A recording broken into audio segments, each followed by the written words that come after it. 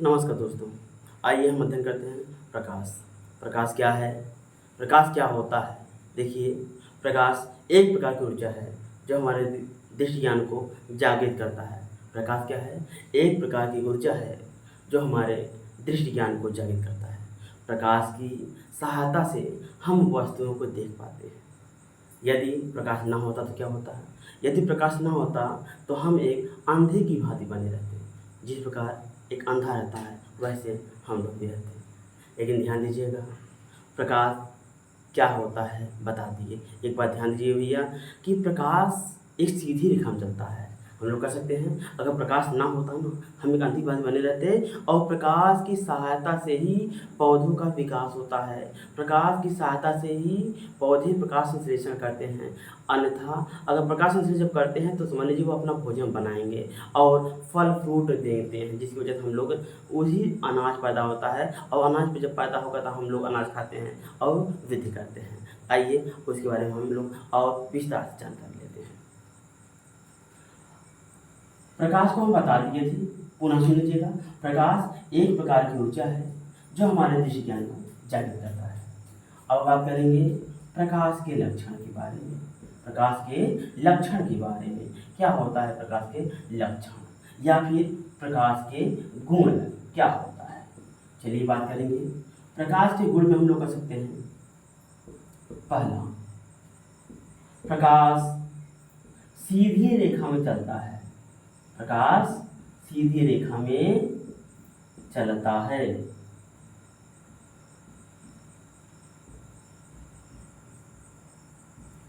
प्रकाश सीधी रेखा में चलता है मतलब इसे हम लोग कह सकते हैं प्रकाश ऋजु रेखा मार्ग पर चलता है या प्रकाश ऋजु रेखीय मार्ग पर चलता है। सीधी रेखा मतलब ये बेटा देखिए, ये देखिए ऋजु रेखीय मार्ग है जो कि 180 अंश है। तो ध्यान देना, जब कोण 180 अंश का बने समझ लो ये रेखा कौन सा है? ऋजु रेखा। तो हम लोग कह सकते हैं प्रकाश सीधी रेखा में गति करता है। दूसरा क्या है भाई? दूसरा हमारा है प्रकाश का अपवर्तन होता है या कह सकते हैं प्रकाश का परावर्तन होता है। चलिए बात करते हैं पहले प्रकाश का परावर्तन होता है।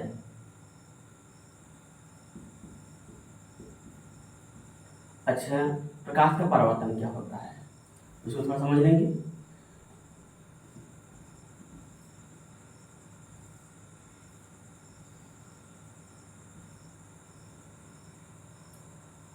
ये हमारा है अभिलंब, सॉरी ये हमारा है आपतित किरण।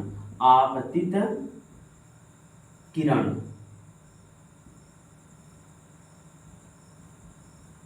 ये हमारा है अभिलंब।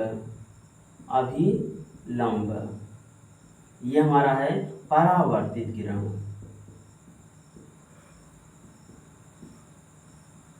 ये क्या होता है? ये हमारा आपतन बिंदु होता है। आपतन बिंदु होता है। ये क्या है?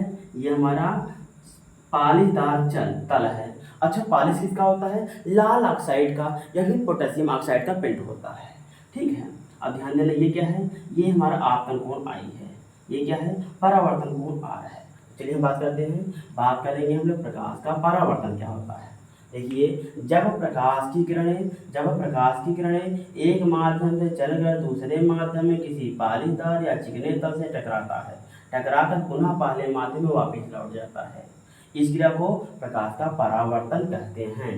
जब प्रकाश की किरणें एक माध्यम से चलकर दूसरे माध्यम में प्रवेश करती हैं, या ध्यान दे दीजिएगा, जब प्रकाश की किरणें एक माध्यम से चलकर दूसरे माध्यम में किसी पालिशदार, ये पालिश हुआ है, पालिशदार या चिकने तल से टकराकर पुनः पहले माध्यम में वापस लौट आता है, इस क्रिया को प्रकाश का परावर्तन कहते हैं। प्रकाश के परावर्तन के दो नियम हैं। प्रकाश के परावर्तन के दो नियम हैं। दोनों नियम कौन से हैं आइए देखते हैं। देखिए, आपतित किरण आई, परावर्तित किरण आर। आपतित किरण आई और परावर्तित किरण, या हम कह सकते हैं कि आपतन कोण आई, परावर्तन कोण आर। ये क्या है? आपतन कोण। आपतन कोण ये क्या होता है? आई। ये क्या होता है? परावर्तन कोण। परावर्तन कोण ये आपतन कोण आई है, ये वाला परावर्तन कोण आर है। आपतन कोण, परावर्तन कोण। बेटा तो ध्यान दीजिएगा थोड़ा सा, आपतन कोण आई, आपतन कोण आई लिख सकते हैं साइन आई बराबर साइन आर, आपतन कोण परावर्तन कोण के बराबर होता है, आपतन कोण परावर्तन कोण के बराबर होता है। अच्छा दूसरा क्या रहा, दूसरा हमारा क्या है, आपतित किरण, परावर्तित किरण, आपतन बिंदु पर खींचा गया विलंब, तीनों ही एक ही तल में होता है। क्या होता है भैया, आपतित किरण, परावर्तित किरण, आपतन बिंदु पर खींचा गया विलंब, तीनों ही एक ही तल में होता है। और ध्यान दीजिएगा ये क्या है, ये प्रकाश के परावर्तन के नियम है। अब हम बात करेंगे, ये दूसरा था, अब तीसरा क्या है हमारा, तीसरा हमारा है प्रकाश का अपवर्तन होता है। क्या कहेंगे हम लोग, प्रकाश का अपवर्तन होता है। इसे थोड़ा सा बोलेंगे, देखिए प्रकाश क्या होता है, प्रकाश का अपवर्तन होता है। अच्छा हम बात करेंगे प्रकाश का अपवर्तन क्या होता है, थोड़ा समझ लेंगे।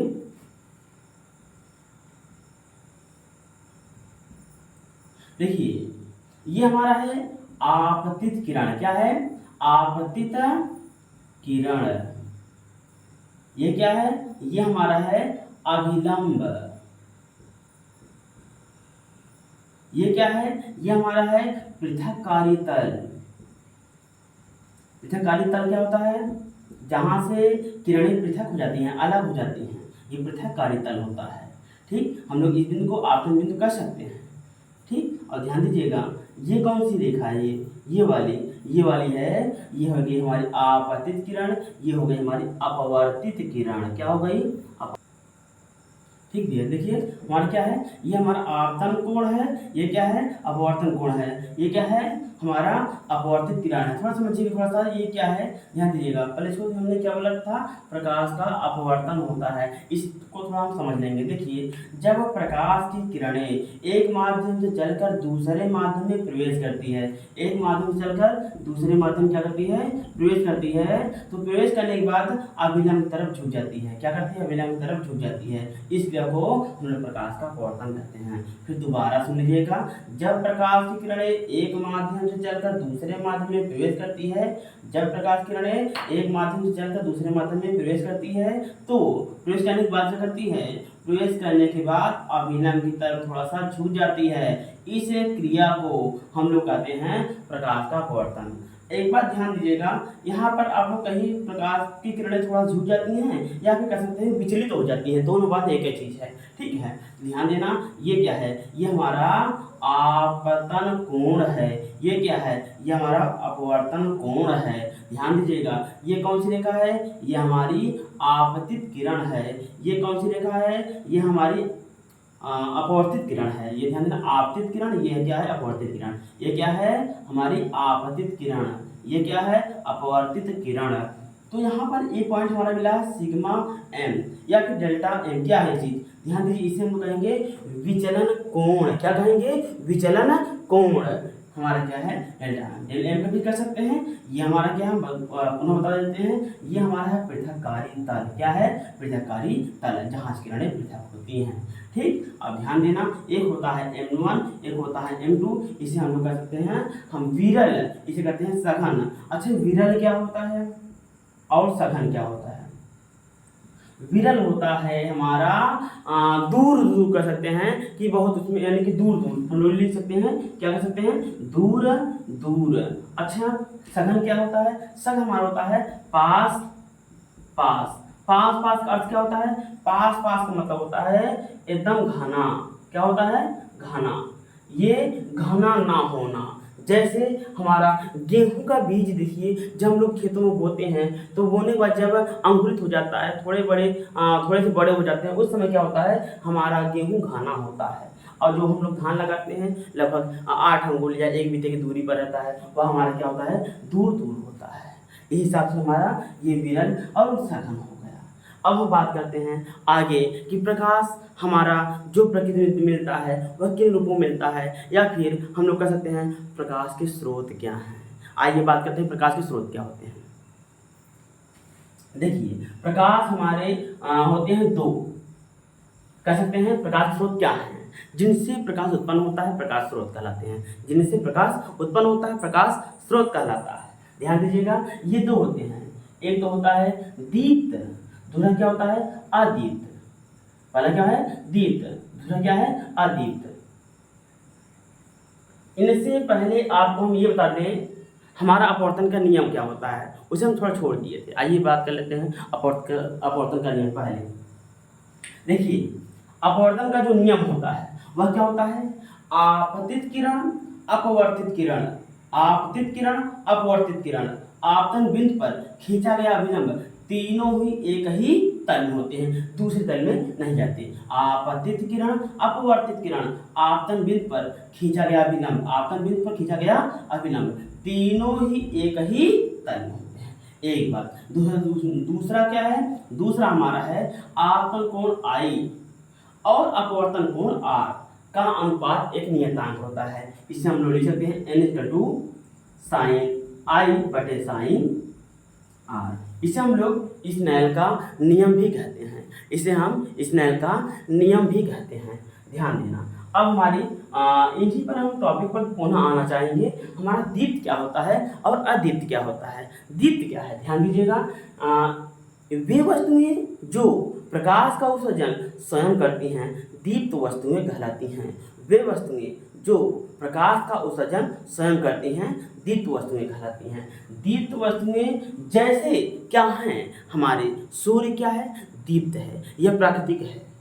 और मानव निर्मित क्या है, बल्ब, लालटेन, लैंप, ये सभी क्या है, मानव निर्मित वस्तुएं हैं, लेकिन हैं प्रकाशिक। ठीक, अर्थात हमारा दीप्त ही है।